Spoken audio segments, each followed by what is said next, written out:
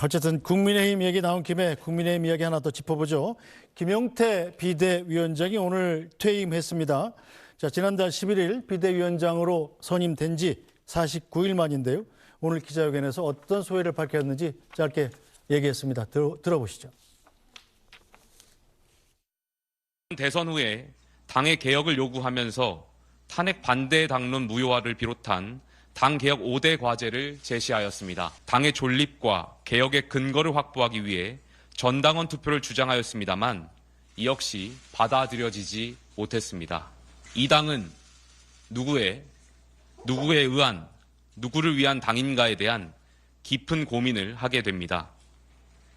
이 당에 오랫동안 자리 잡고 있는 깊은 기득권 구조가 있다면, 그리고 그 기득권이 당의 몰락을 가져왔으면서도 근본적 변화를 가로막고 있다면 국민의힘에는 더 이상 미래가 없습니다.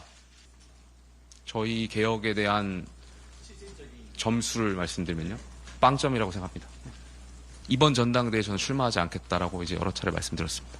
다만 개혁에 대한 방향이라든지 탄핵의 강을 넘을 수 있는 확실한 주자가 있다면 함께 돕겠습니다. 네, 자, 김은식 실장님, 저희 개혁에 대한 점수를 말씀드리면 될까요? 빵점이라고 생각합니다. 자, 이 비대위원장의 입에서 빵점의 개혁이다, 이렇게 표현이 나온다는 건 저는 사실 좀 놀랐어요.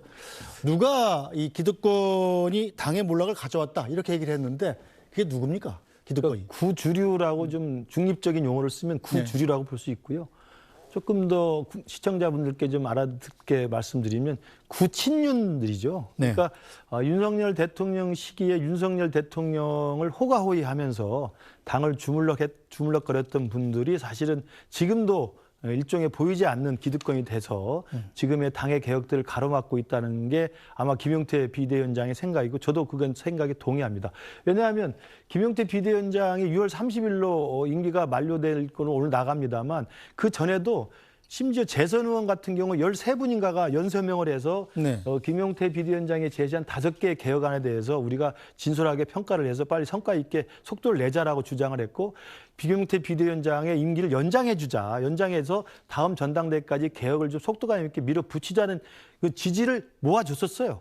거기에는 사실은 박수영 의원도 있고, 사실은 심지어 조정은 의원도 서명을 했던 걸로 제가 알고 있습니다. 네. 이제 그 정도로 사실 재선 의원에서 상당한 정도의 공감을 가지고 개혁에 대해서 동참해 줄 것을 요구를 했었음에도 불구하고 어찌된 일인지 당 내부에서는 결국 김용태 비대위원장의 5대 개혁은 논의에 붙이지도 못한 채 그냥 임기 만료로 끝나버린 거거든요. 그중에 5개 중에 사실 2개는 제가 볼 때 명백하게 오늘 6월 30일자로 임기가 끝나기 전에 했어야 된다고 생각합니다. 하나는 탄핵을 반대했던 당론을 공식 처리하는 겁니다. 이건 탄핵 반대와 윤석열 엄호와 윤석열 비호에 참석했던 우리 당의 국회의원님들을 스스로 반성할 수 있게 해주는 면죄부예요. 네. 이걸 왜 당 스스로 하지 못하고 유야무야 시간을 넘겨버린지는 이해가 할 수 없습니다. 탄핵 반대에 나섰기 때문에 우리 당의 대선에서 참패를 했고, 그 탄핵 반대의 과거사를 정리하지 못하고 이걸 극복하지 못하고 반성하지 못하면 앞으로 나갈 수가 없는데, 이 부분에 대해서 당론을 처리하겠다 했는데 아무도 의원총회에서 결론을 내지 못합니다.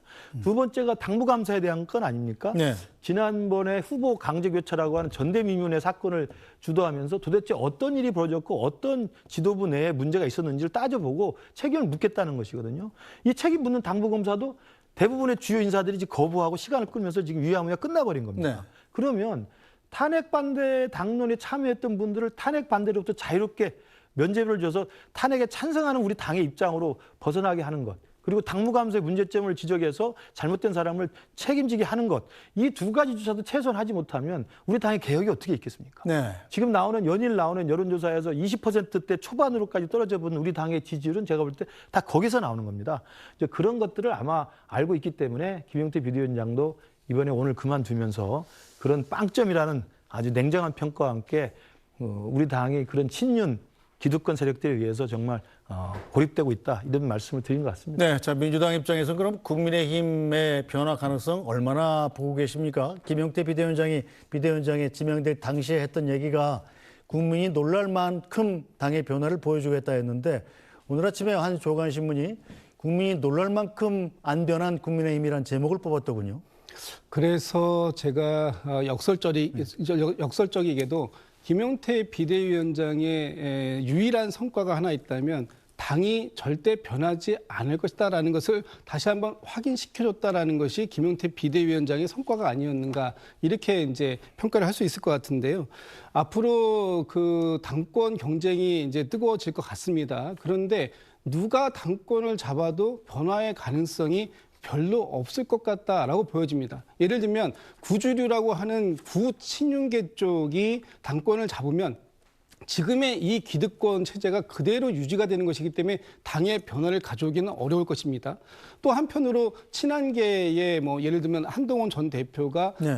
당권을 잡는다고 하더라도 과연 김용태 비대위원장이 단 한 걸음도 앞으로 개혁 방향을 가지고 나가지 못하게 만들었던 그 구주류의 벽을 뛰어넘을 수 있겠는가 하는 측면에서 여전히 그 친한계가 당권을 잡는다고 하더라도 국민의힘의 변화 가능성이 그렇게 높아 보이지 않는다라는 측면으로 봤을 때 김용태 비대위원장이나 또는 김용태 비대위원장 이후에 새롭게 만들어질 어떤 리더십이 만들어지더라도 국민의힘의 변화는 그렇게 쉽게 찾아올 것 같지 않다라는 것이고 그것이 지금 최근에 일련의 여론조사의 결과에서 민주당에 비해서 2배 정도 낮은 지지율이 나오는 것이다. 이렇게 평가해 본다면 국민의힘이 가야 할 길이 너무 멀다. 이런 평가를 좀 드리고 네, 싶습니다. 자, 그럼 국민의힘은 지금 김용태 비대위원장이 오늘 임기를 마치고 퇴임을 하면 송원석 원내대표가 당대표 권한대행을 겸하는 거죠. 당분간 그냥 송원석 권한대행 체제로 가게 되는 겁니까? 그럴 것 같습니다. 내일 일단 전국위를 열게 돼 있습니다.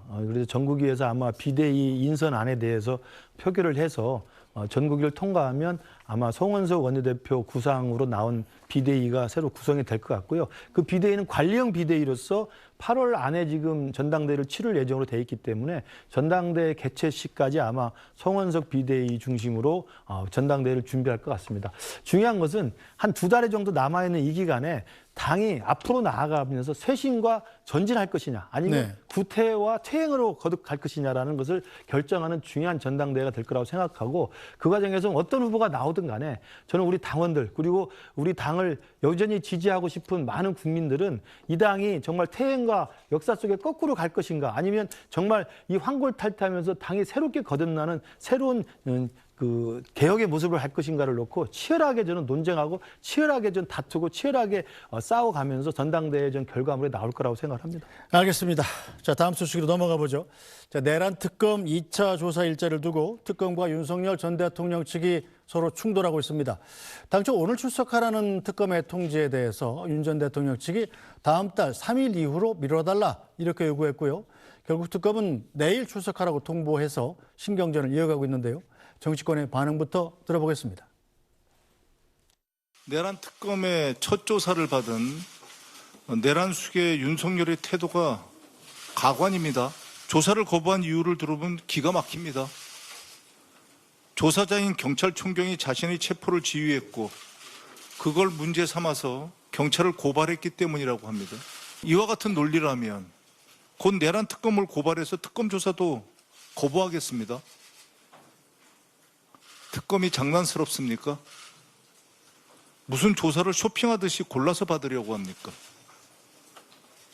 내란 수계 윤석열의 태도는 특검을 무력화하려는 꼼수에 지나지 않습니다.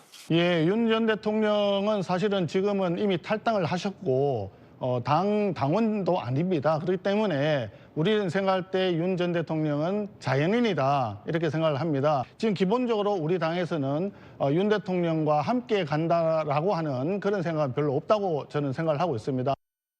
네, 이 부분은 김진욱 대변인께 질문을 드려야 되겠군요. 국민의힘에서는 이미 윤석열 전 대통령 탈당한 사람이기 때문에 우리랑 상관없다 이런 입장입니다. 어떻게 봐야 될까요? 너무 편안하게 말씀하시는 것 같아요. 이미 탈당한 사람이다. 그렇기 때문에 우리하고 아무 관계가 없다. 그런데 여전히 윤석열 전 대통령과의 관계에 대해서 정확하게 선을 긋지 못하고 있는 그런 모습을 보여주고 있지 않습니까? 오죽했으면 김용태 비대위원장이 본인의 그 5가지 개혁안 중에 윤석열 전 대통령의 탄핵에 반대했던 당론을 무효화하자라는 부분에 대해서 주장했음에도 불구하고 당에서는 아무런 그 호응이 없었던 이런 상황들을 과연 무엇으로 말씀 주시려고 이렇게 그 말씀하시는지 모르겠는데, 지금 국민의힘에서 윤석열 전 대통령의 어떤 이 출석 조사나 이런 부분에 대해서 아무런 입장을 밝히지 않고 있습니다. 물론 제가 볼 때 할 말씀이 없으실 것 같긴 해요. 네. 그렇지만 그렇다고 하더라도 명확하게 잘못된 건 잘못됐다.